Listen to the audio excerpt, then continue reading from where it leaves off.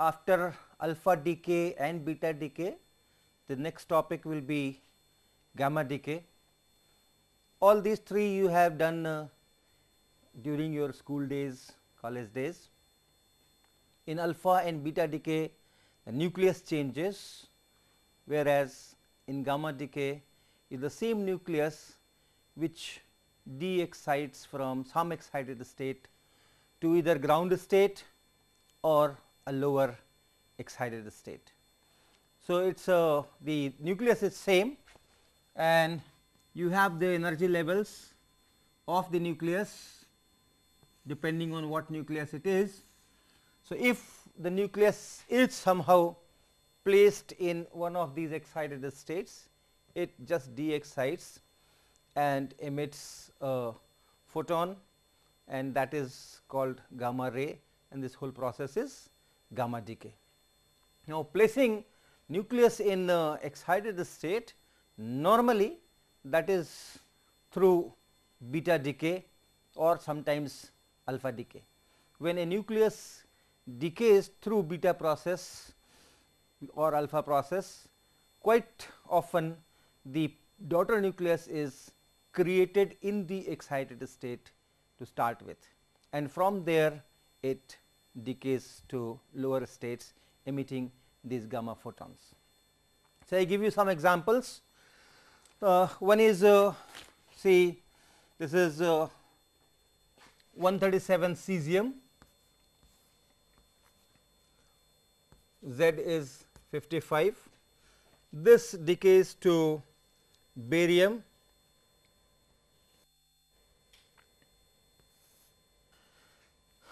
excited state barium.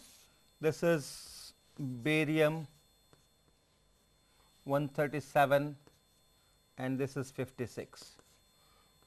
Okay. So, from 55 it becomes 56, it is a beta decay, neutron is converted into proton. So, 95% of times when this decays, the cesium decays, 95% of the time it decays to this excited state, and 5% of times it decays to the ground. This excited state has a half life of 2.55 seconds, and the energy here, energy difference here, the first excited state here is at 662 keV. So, through this beta decay, when it comes the cesium 55 137, when this nucleus is converted into barium 137 56 here, that is in excited state, and when it decays to ground state with this half life of 2.55 minutes, your gamma photon is emitted. Similarly, another example you can take from this cobalt 60. So, if you have cobalt 60, cobalt Z value is 27. This goes to nickel, and you have nickel energy levels.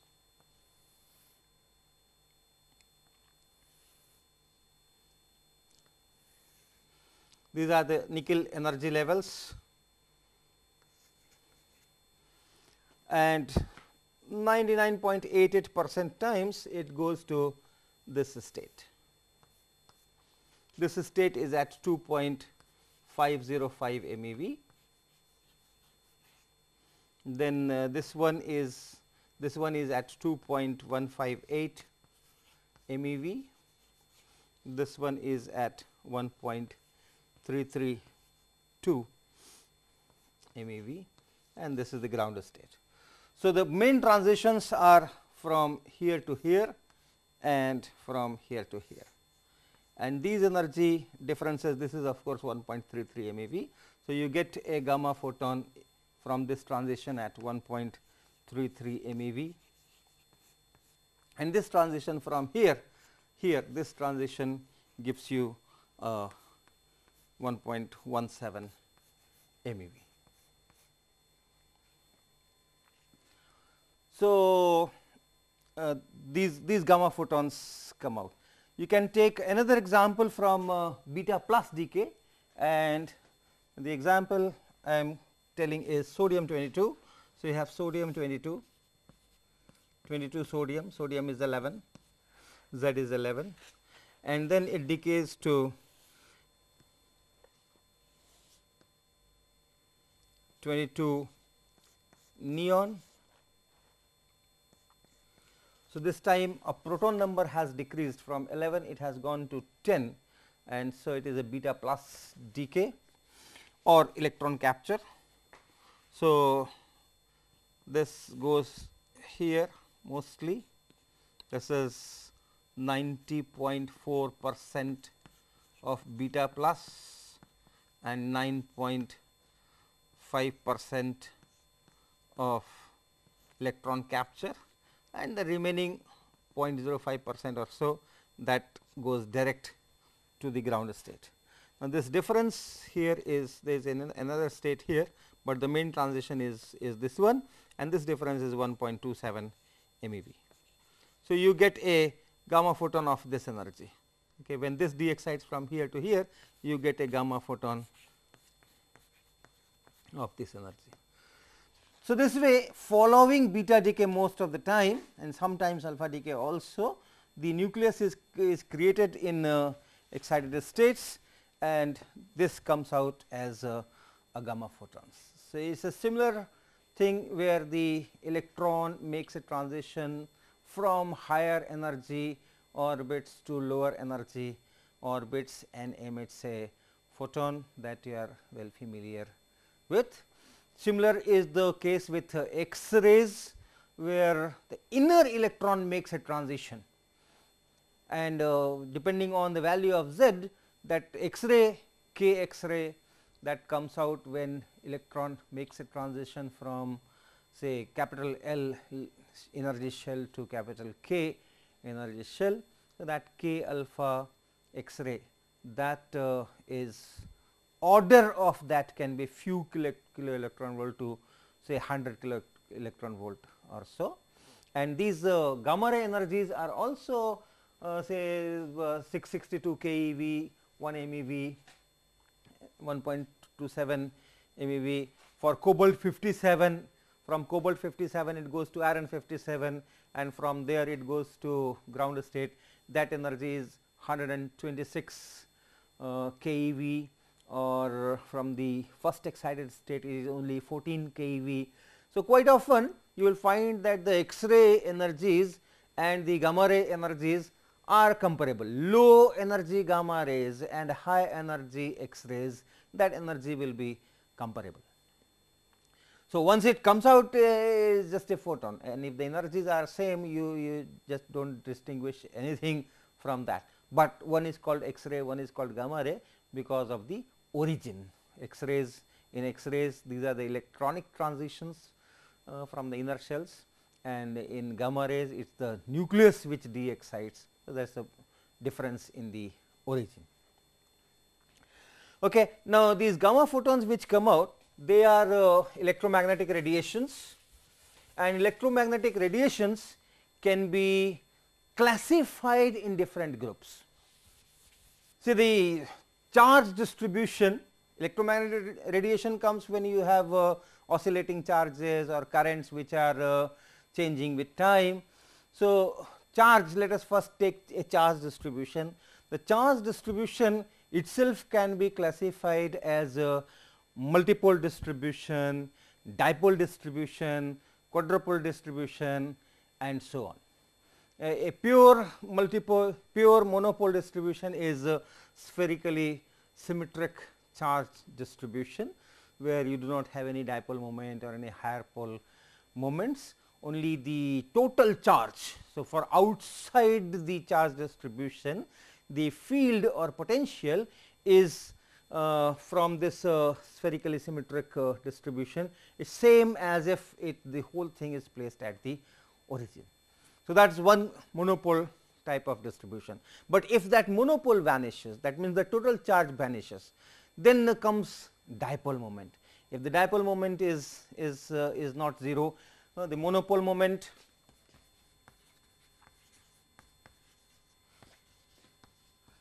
is just the total charge in the distribution. Then you define dipole moment and quadrupole moment and all those things. There are specific equations, formulae for all these, you know that. This is a vector quantity, integration rho r vector d tau, and this is a tensor quantity of rank 2. So, you will have 9 components and so on. Now, the electric field of these distributions has a characteristic angular distribution.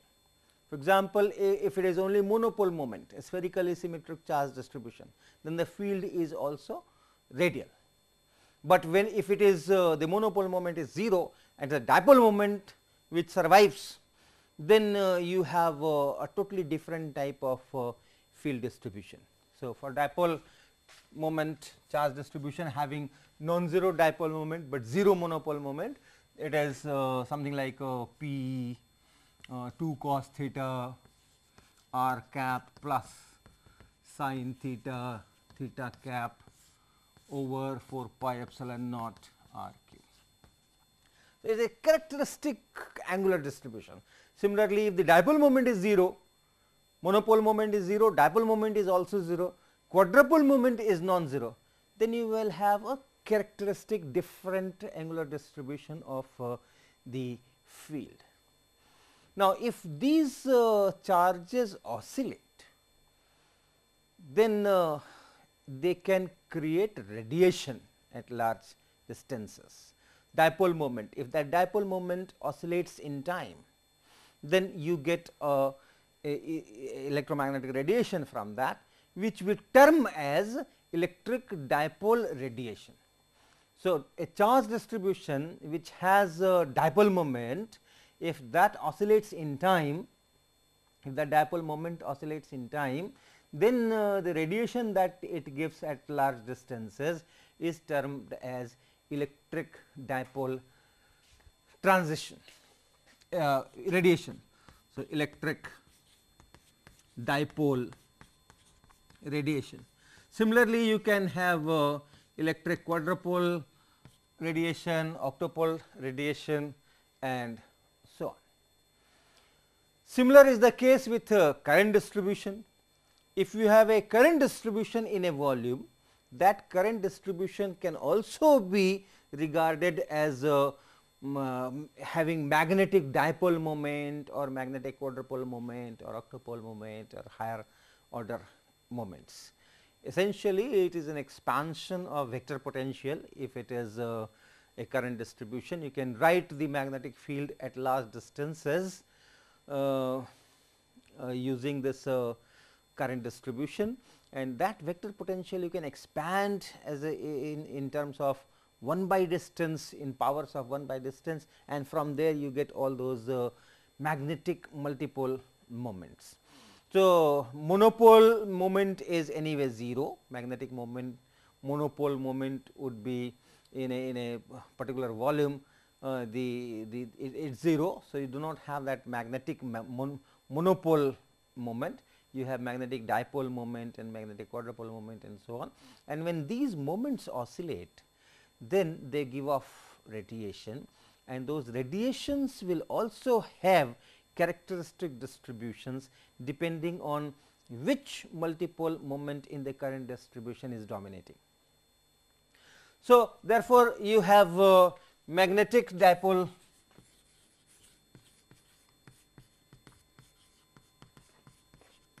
radiation and similarly magnetic quadrupole radiation, magnetic octupole radiation and so on. These are all electromagnetic radiations, but having characteristic angular distributions depending on their source. Now, in nuclear gamma decay, the photons which come out, the gamma photons which come out, they are also electromagnetic radiations, and they are also classified like electric dipole radiation or magnetic dipole radiation and so on.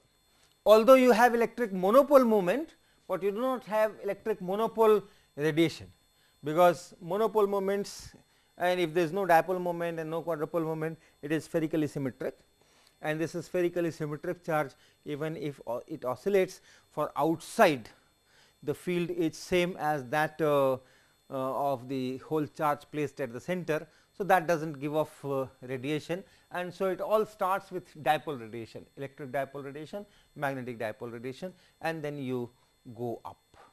And these photons which are emitted, they will carry angular momentum, and that angular momentum will be related to what kind of radiation it is. So, we talk of electric dipole radiation, dipole is L is equal to 1, then quadrupole radiation is L equal to 2, octopole will be L equal to 3, and so on. And similarly, for the magnetic radiation type, so we have we write it as E and E1, E2, E3 and so on.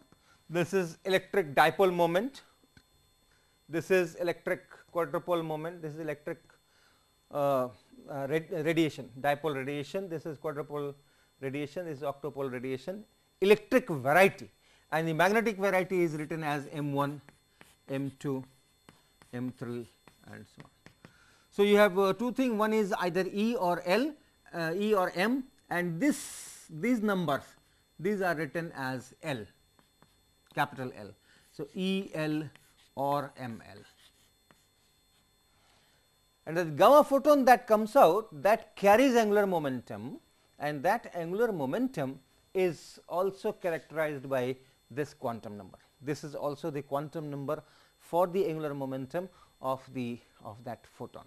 So, if it is even transition, even radiation, gamma photon corresponds to electric dipole variety of radiation, then you have the photon carrying angular momentum L is equal to 1. If it is a quadrupole type radiation, electric or magnetic, then the angular momentum carried by the photon will be characterized by this L is equal to 2. So, that gives us the selection rules, and for angular momentum. So, the angular momentum selection rule will be, if the initial state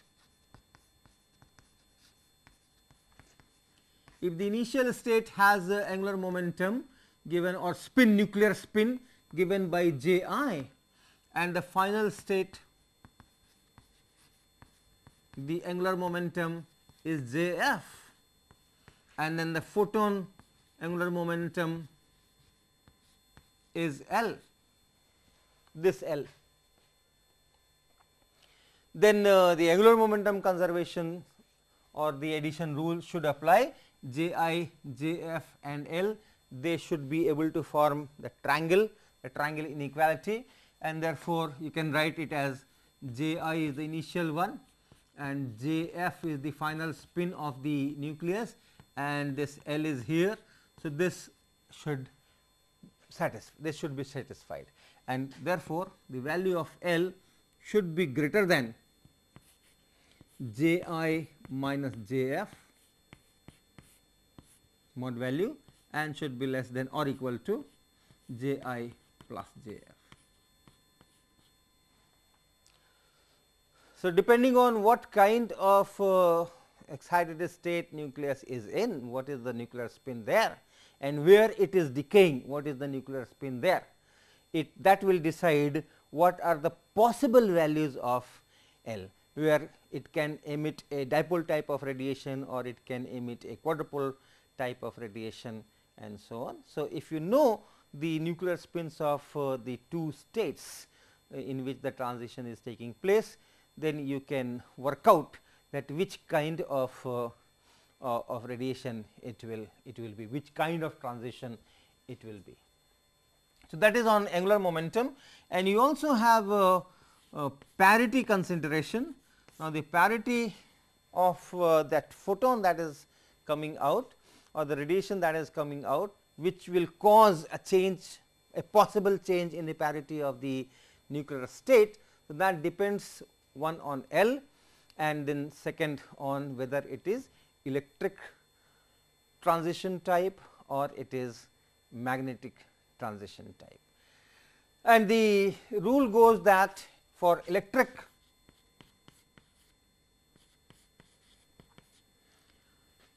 multipole transitions, the final parity pi f is pi I initial parity times minus 1 to the power L, where L is the order of that multipole transition. If it is even transition, electric dipole transition, gamma photon giving electric dipole type radiation, then L is equal to 1, and you just put L is equal to 1. For E2 type, it is L equal to 2. For E3 type, it is L is equal to 3. So, that is this L. But if it is a magnetic multipole transition,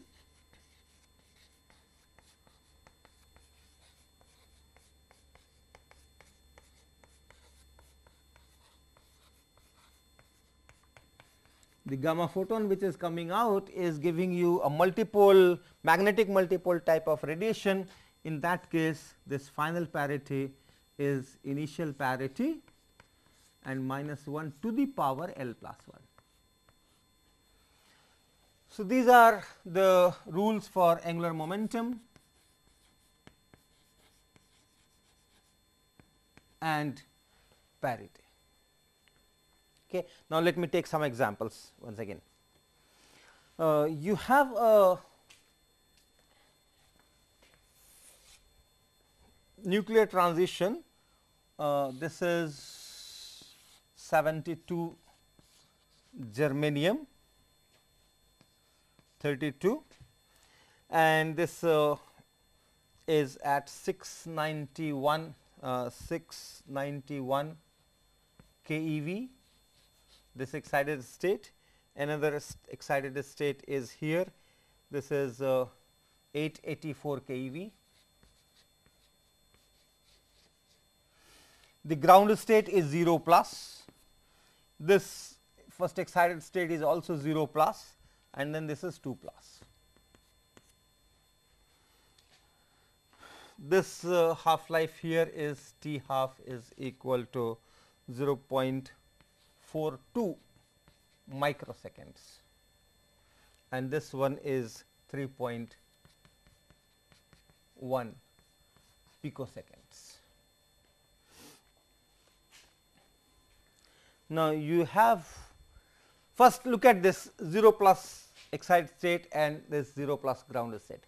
If the nucleus happens to be here in this first excited state and it decays giving that 691 keV, what kind of transition it can be 0 plus to 0 plus. If I look at this inequality here, if this Ji is 0 and Jf is also 0, then this L has to be 0, right, because it is 0 minus 0 and 0 plus 0, this L has to be between these, and therefore, the multipolarity should be 0, but there are no radiations with multipolarity 0, and therefore, 0 plus to 0 plus transition through gamma decay is not allowed, is not possible because of this angular momentum conservation. So, but the transition does take place, the transition does take place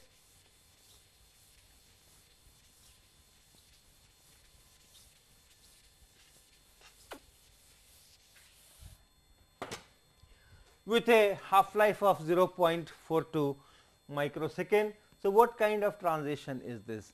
This is a different, totally different variety, where the nucleus de-excites and the energy that is decreased comes out not as a photon, not as electromagnetic radiation, but this energy is internally given to an atomic orbital electron. Right. This nucleus is part of the atom in any given material, and the s electrons, they spend some time inside the nucleus. So, the nucleus interacts with the electrons, atomic electrons, mostly 1s electron, where the wave function overlaps with the nucleus in a significant way. So, this interaction of electron with the nucleus in excited state. So, that interaction makes the electron receiving that extra energy and the nucleus going to the ground state. So, no gamma photon is created, no electromagnetic radiation is created as the nucleus comes down, but nucleus does come down and that extra energy is taken up by this electron. And if that energy is more than the binding energy of the electron in that orbit, usually it is 1s orbit, innermost orbit, and the binding energy will be few tens of keV or maybe 100 keV or so. So, if that nuclear transition energy is more than that, and if the electron has received that much of energy from the nucleus as it de-excites, then the electron is knocked out of the atom. Binding energy, how much is, whatever is the binding energy of the electron with the atom, so that much will be reduced and remaining will come out as the kinetic energy of this electron and maybe recoil of the nucleus and so on. So, this process is known as internal conversion.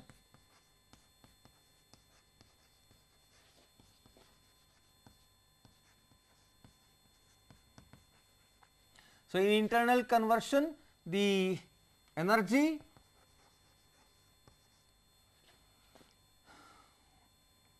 is directly taken up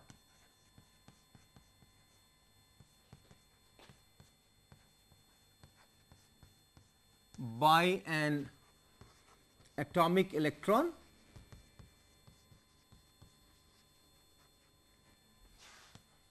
which comes out of the atom. So, this internal conversion process can take a nucleus from the excited state to ground state or lower excited state.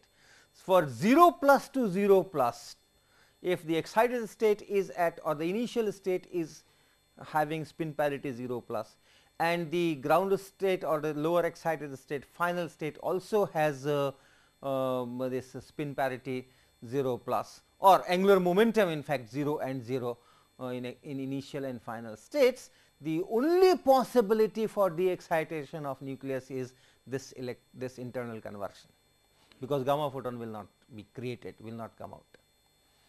Even for other cases where gamma photon is allowed, gamma photon can be created, even in those cases this internal conversion is possible, right. If it is 0 plus to 0 plus, as is the case with the 72 germanium first excited state to ground state, this is the only possibility. So, what will come out here will be electron, right. So, this is the only possibility, internal conversion. But even for other cases where the gamma is allowed, see this 2 plus to 0 plus, this can give a gamma photon, this can give us a gamma photon. If it is gamma photon, J I is 2 plus. So, this J I is 2 and J F is 0.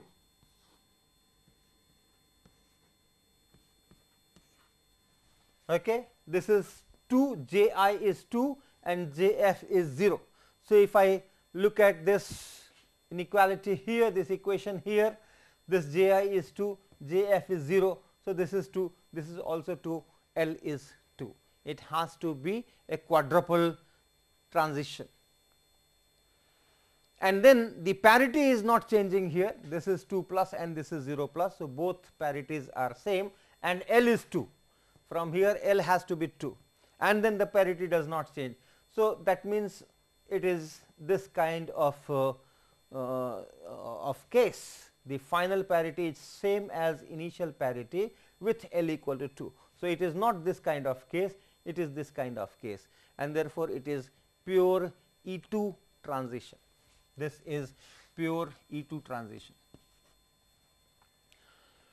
But then even if the gamma decay is possible, even if you have this multipolarity L is equal to 2 for gamma photon, always there will be a chance of internal conversion. 0 plus to 0 plus, it is the only route, but even for others together with gamma photons you will also have a chance of internal conversion. So, internal conversion competes with gamma decay and normally it is termed as conversion coefficient, the ratio of probability of internal conversion to the probability of gamma decay, that is known as conversion coefficient.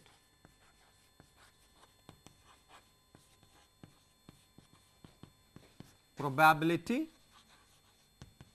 of internal conversion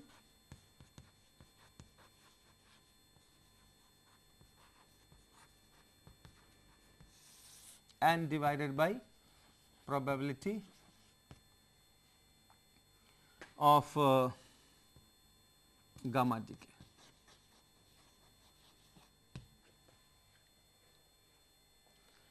Right. So, that is so some part could be through this internal conversion, some part could be through gamma decay.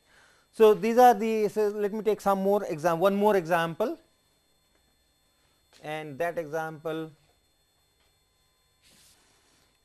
is 117 indium. In 117 indium, Z value is 49. You have excited state at half minus and ground state at 9/2 plus. And the excited state is at 315 keV. What kind of transition it could be?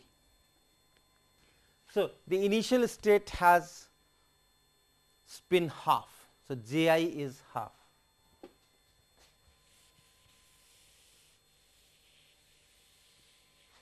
So, J I is half, this is half, and the final state is 9/2. So, J F is 9/2. So, 9/2 here and 9/2 here. So, this is 1/2 plus 5, 9/2 is 10/2 5, and this is this is plus. So, this is 5 and this is 9 minus 1 is 8/2 4. So, L can be 4 or 5, and there is a parity change. This is parity minus and this is parity plus. So, L can be 4 or 5 according to the angular momentum selection rule. So, it can be E4, M4, E5, M5, and then there is a parity change. So, this part should be minus 1. So, if L is equal to 4, it has to be M type magnetic multipole transition if L is equal to 4, because then it will be 4 plus 1 5 and minus 1 to the power 5 will be minus 1. So, that pi final is negative of pi initial. So, parity change will take place. So, M4 is possible. and E5 is possible. Okay, E5 is possible because if it is electric multipole type, then this rule will apply, and with L is equal to 5 you will have a parity change. So, looking at the spin parity of the initial state and final state, you can find what kind of multipolarity can be there and whether it is an electric multipole type or magnetic multipole type. So, in this case it is M4 E5. Now, in general, if such is the case that different L values are possible, different multipolarities are possible for gamma decay, then the probability of lower multipole will be higher. The probability of decay through lower multipole transition will be higher, and that of higher multipole will be smaller.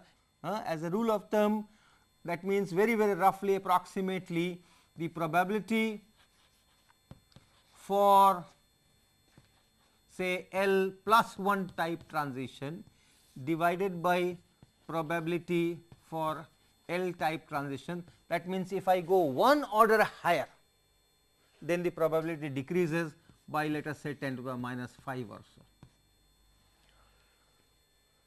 If it is the same type, electric type or magnetic type, in the same electric type and magnetic type, the effect of increasing L by 1 unit, that decreases the transition probability by a factor of 10 to the power 5. And in the electric and magnetic type, so that means probability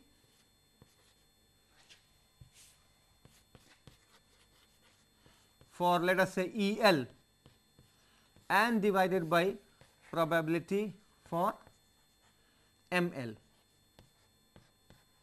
So, it is the same L, the value of L is same. We are comparing now electric and magnetic type. So, if this probability is seen, the electric transition has larger probability, and this is of the order of say 10 to the power 2.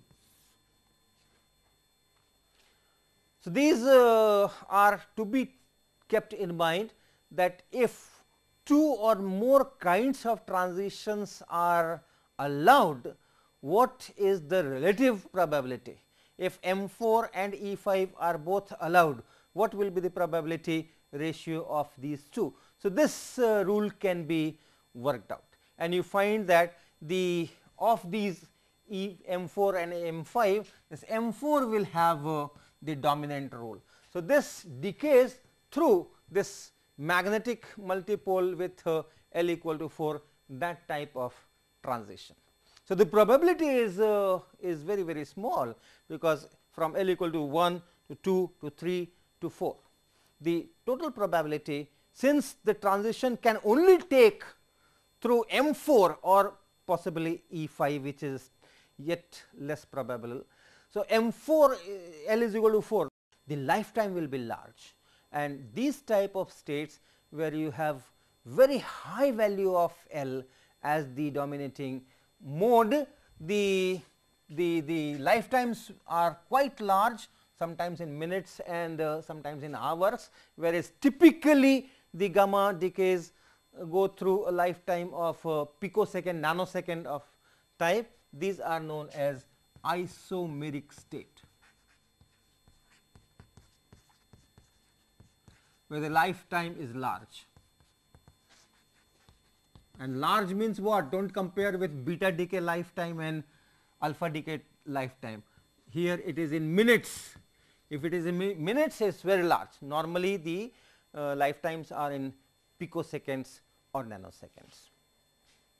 Okay, so, these are the terminology of gamma decays, and when you do some kind of gamma ray spectroscopy, and from that you try to get the structure, the energy levels of the nuclei, these things become important.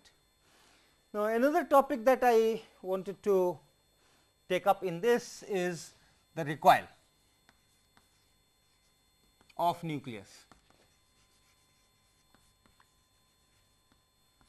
since no new particles are created apart from the gamma photon, the q value or the difference in the rest mass energy of the nucleus in the initial state and in the final state, that whole thing is available as the kinetic energy and the gamma photon energy. So, if you have a nucleus in excited state, this is that nucleus in the initial state. So, it is in the excited state, the higher energy level state, that is the initial condition, and then it de excites. So, you have that nucleus and it de excites. So, now it is here, the gamma photon is going this way, and then this nucleus has to recoil some kinetic energy. So, that the momentum conservation and energy conservation both are satisfied. So, momentum conservation, if this energy is E gamma, let us say, and this energy level difference is, let us say, E naught. So, here this is E naught should be equal to, here the energy is E naught and plus the rest mass energy here. So, this E naught will be equal to E gamma and plus this recoil energy, kinetic energy of this recoiling nucleus, right. So, that is the energy conservation. And then you have momentum conservation. Initially, the assuming that we are in that frame where the nucleus is at rest, the one excited in the first energy level, this initial state that is at rest, then this momentum is 0, and therefore, these two momenta should have the same magnitude. So, you should have E gamma by c, that is the momentum of the gamma photon, that should be equal to the momentum of the nucleus. So, that the total momentum is 0. So, from here you can work out how much is this you can write as E gamma plus P nucleus square over 2 times mass. The recoil velocity will be very small as compared to the speed of light. So, you can use all classical expressions, kinetic energy is half m v square, which is p square by 2 m, and for P nucleus you can put it from here. So, this will be E gamma and plus E gamma square over 2 m c square. So, E gamma is equal to, from here I am writing this E gamma is equal to E naught and minus E gamma square by 2 m c square. One can work out what is the, so E gamma, the gamma photon energy is less than the level difference by this amount, and one can work out that this is going to be quite small. The difference between E gamma and E naught is quite small, and therefore, you can write this as E gamma equal to E naught minus E naught square over 2 m c square. So, the gamma photon which comes out has energy less than, slightly less than the energy level difference. How much it is depends on what is the energy of gamma ray and what is the mass of the nucleus. So, from there one can work out, and could be few electron volts or so, or even less. So, but it has got a very important role once you have this what you call resonant absorption. So, what does that mean? That means, suppose you have some kind of nucleus, a nuclear species, some material which has that, and that is in excited state. So, your nucleus is here, and then it comes down giving you a gamma photon, and we have a similar nucleus here in ground state, another nucleus, different nucleus. This is one nucleus and this is another nucleus. This is in ground state. What we are trying to do in resonant absorption, this gamma photon is absorbed here and this goes up. to the excited state. Since the same nuclear species, the level difference is same. So, the expectation is that the gamma ray that comes out from one nucleus in that excited state is absorbed by that similar other nucleus in ground state, and then this goes to the that excited state, because the energy difference are same. So, if that be the case, then if I look at that fact that the energy which has come out with gamma photon is less than E naught. So, if this difference is E naught, what I have is, if this is E naught here and this is the recoil, and this much is the recoil energy, the gamma ray which is coming out is having energy less than that, E naught minus E r. There will be some distribution.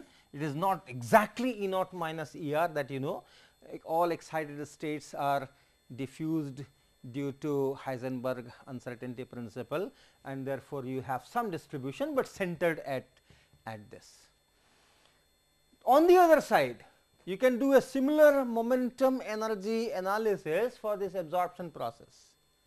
If you have a nucleus here, this nucleus in ground state, and a gamma photon is coming. So, gamma photon is coming this way, this is the initial condition, initial state, and finally, you expect this gamma photon to get absorbed here. So, finally, this goes here. If that is the case we are looking for, then again momentum. So, you have some momentum in this forward direction initially, therefore, there must be some momentum in the forward direction in the final state also. Therefore, this nucleus should recoil in the forward direction. And if I look at the momentum equation, this will be E gamma by c, that is the original momentum, that should be equal to P of this nucleus, final momentum. The gamma ray is already absorbed here. So, it is only that nucleus in excited state. So, it is momentum of this, and energy consideration, if I see this E gamma, this is E gamma, this is in ground state. So, this should be equal to, this is E naught, level difference is E naught, and then plus E r, and E r is once again E gamma square by 2 m c square, which is close to E naught square by 2 m c square. So, the gamma, if such absorption should take place, then gamma energy should be more than E naught by this amount. So, the absorption profile, if you think, gamma ray energy needed so that it can get absorbed will be this. So, the energy needed is this much and energy available is this much, this is the energy available, this gamma, this is the energy available is this much, whereas the energy needed for this resonant absorption is this much, and there is a difference of this 2 times E r. So, depending on what is that E naught, what is that capital M, and what is this width, if it so happens that this E r is less than this width, then you still have chance that this will go and get absorbed there. And this width is, one is natural line width because of that Heisenberg uncertainty principle. There may be other reasons by which this width can be large. One is that this nucleus is in some kind of material, there is some thermal energy broadening, the velocities of these nuclei are there inside the material, because of that some Doppler shift is there, and because of that there is some broadening there. So, if there is some overlap between these two profiles, this resonant absorption is possible. If this nucleus is embedded in a big crystalline lattice, then the energy taken up is not just by that one nucleus, but by the whole lattice. Right. The calculation that I am showing is if the nucleus is free to recoil, but if this nucleus is part of a big lattice, crystalline lattice. Then the momentum is taken up by the whole lattice, and then the lattice vibrations or lattice dynamics, that comes into picture, and there the energy is quantized. So, the energy of the lattice can be increased in only quantums. So, if that minimum quantum, if that lattice energy is called phonons, one phonon vibration and two phonon vibration and so on. Lattice energy, if the minimum quantum, there is a minimum quantum, if the frequency is omega, minimum quantum will be h cross omega. So, there is some minimum quantum, you can call it just E min, and if this recoil energy is less than that, then the lattice will not take up that energy. Right? The gamma ray energy is reduced because some energy is taken up by this recoiling nucleus. Now, if the lattice is not ready to accept that energy because it is less than that lowest quantum, then the chance is that gamma ray will come out with full energy difference E naught. So, this is a completely quantum mechanical phenomena. So, in real case, there is a fraction of gamma photons. If you have this excited source nucleus in embedded in a good crystalline lattice firmly bound there, then a fraction of gamma photons come out with full energy difference E naught, not E naught minus E r. So, there is a fraction which is emitted just with this energy. So, these are called recoilless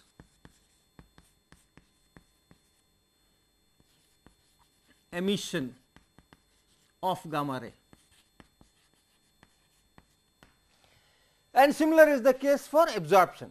When it is getting absorbed, there also there is similar case, and there is a fraction, there is some kind some of the, if you are sending gamma rays of energy E naught to that material where the nuclei are in the ground state, in the lower state, and this gamma ray is to be absorbed. So, in general, classically, if I think if it is a free nucleus, then the nucleus has to recoil in the forward direction. But now, the whole lattice has to take up that energy, and if that energy is smaller than the quantum, lowest quantum, then this lattice is not going to take that energy. And in that case, even if it is not E naught plus E r, but E naught, that will get absorbed. So, this also can be here, and you can have a very significant number of absorption, resonant absorption taking place. So, this is what is called Moss-Bauer effect.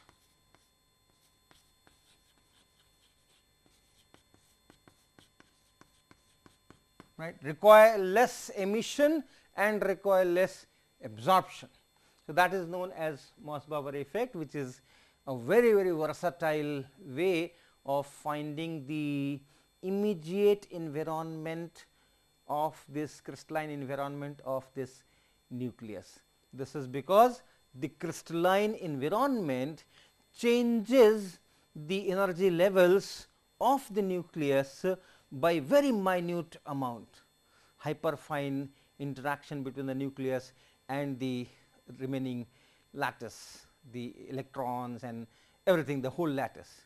So, that very small energy difference shifts this E naught little bit, this side, that side, and that changes in energy can be probed through proper experimentations, proper instrumentations using these recoilless absorption and recoilless emission, the resonant absorption phenomena. So, that is the basis of Moss-Bauer spectroscopy and Moss-Bauer effect. Okay.